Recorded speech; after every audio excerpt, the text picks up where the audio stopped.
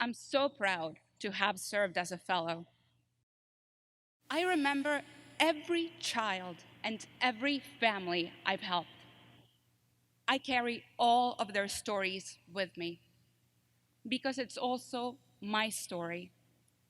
Like my clients, I am an immigrant, and their journeys were just like mine. My sister and I grew up in Honduras. My mother single handedly raised us while working as a civil engineer, a brave and unusual choice for a woman to go into a field dominated by men. She was the head engineer of a project that built 500 homes for low income families. And when Hurricane Mitch devastated Honduras in '98, my mother helped lead the government's recovery efforts. She was the head of a government agency, but when her political party lost power, my family became a target. My uncle was viciously murdered, and the police refused to investigate. Losing him was really hard. He was like a father to me.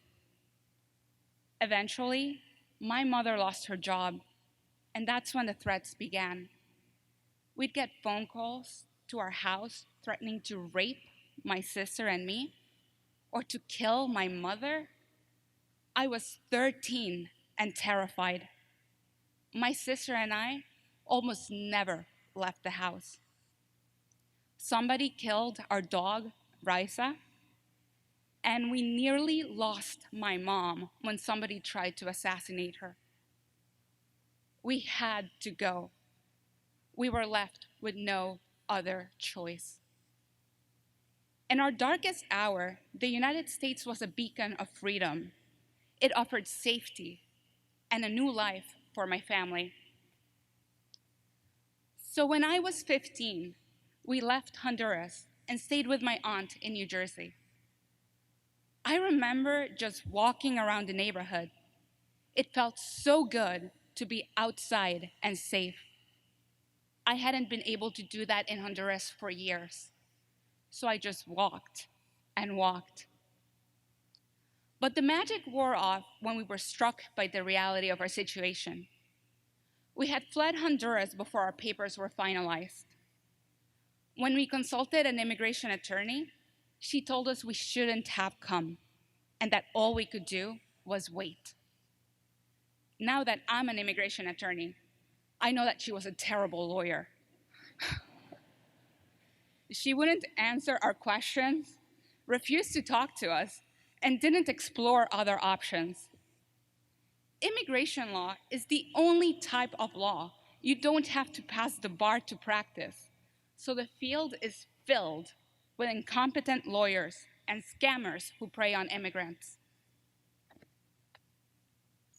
But we were new to this country and didn't know any better. We believed our lawyer. Our aunt had recommended her. Who else could we trust? We were waiting for our papers, and the process was milking us dry. We used nearly all the money we had from selling our home in Honduras on legal fees. We lived in constant fear. We worried that my mother would be stopped by the police and deported, and that we'd never see her again. And when it came time to finding a job, my mom didn't have a lot of options. So my mother, this incredibly accomplished engineer who was at the top of her field, was left with no choice but to scrub floors on her hands and knees as a housekeeper. It was so hard watching her walk out of the house in the morning in her cleaning uniform. We were safe, but the cost was my mom's career and pride. Mom, thank you. You were so strong and sacrificed so much. I wouldn't be here now if it weren't for you.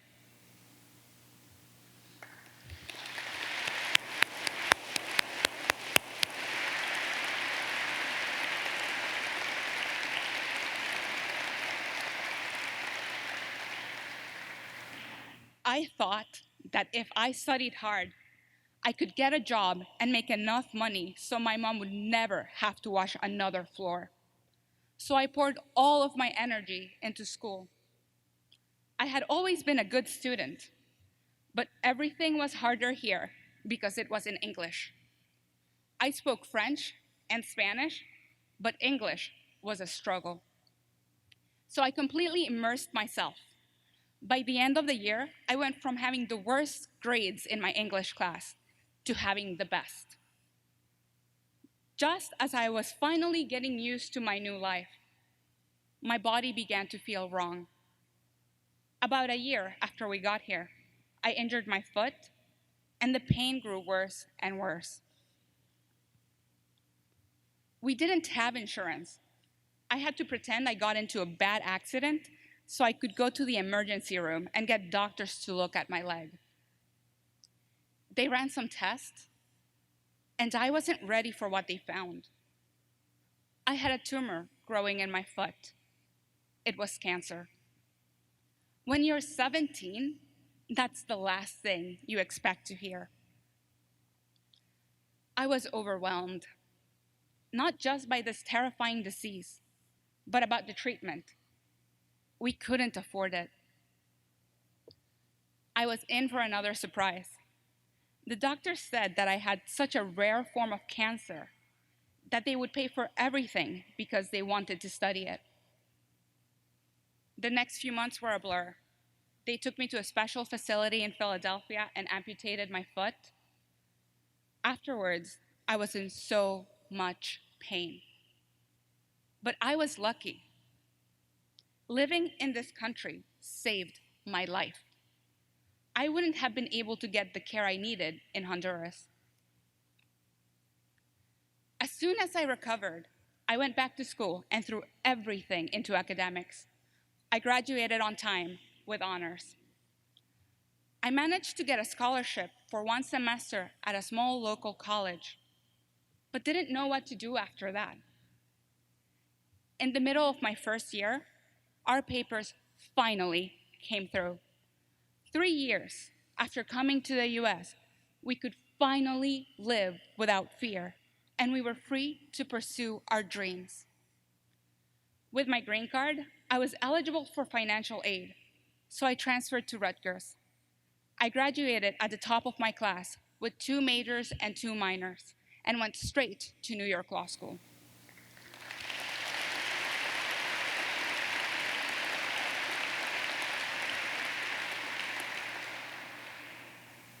That's where I saw the immigration process from a different point of view. I volunteered to be a translator at immigration court, and I saw a 5-year-old boy representing himself. He was so tiny, he didn't speak English. He was so scared and confused, standing in front of a judge by himself. I couldn't believe it. In the United States, how could a 5-year-old be expected to represent himself in court? That was the saddest thing I ever saw. In my 3rd year, I got selected for an immigration law internship working with Jojo. Unlike the attorney that handled my family's case, I watched Jojo give hope to others. He showed me what a good immigration attorney could do. I wanted to be a great immigration attorney, just like Jojo. So after I graduated from law school, I applied to the Immigrant Justice Corps and got in. For the first time, I was surrounded with 24 other lawyers who had gone to the best schools in the nation and were equally passionate about helping immigrants. If only my family had one of those attorneys on our side, our journey would have been so different. IJC gave me the opportunity to be a voice for families just like mine. Without IJC, I wouldn't have gotten the training I needed to become the kind of immigration attorney I always wished my family had. And thanks to IJC, 5-year-olds don't have to represent themselves anymore.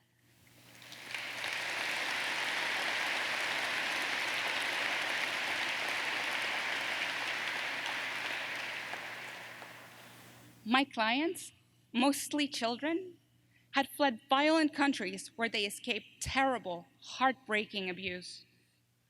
Without our help, these children would have been forced to return. They came here with big hopes and dreams, but instead found legal trouble. But I was proof that their dreams could come true. And the fact that my journey was just like theirs gave them hope. I know what it's like to be lost in this country and live in constant fear. I know what it's like to get sick and not be able to pay for treatment because you can't get insurance. I know what it's like to do everything right and not be able to go to college because you can't apply for financial aid. We didn't come here to be a burden. Like many of you, we came here to build a better life, and we worked hard for it. My mother was a housekeeper, a nanny, a nurse's assistant, and now a medical equipment technician. And my sister is studying to become a nurse. America is the land of freedom and opportunity because people here are willing to fight for others and open doors. That's what Robin Hood does. That's what Immigrant Justice Corps does. And that's what all of you have made possible. Thank you.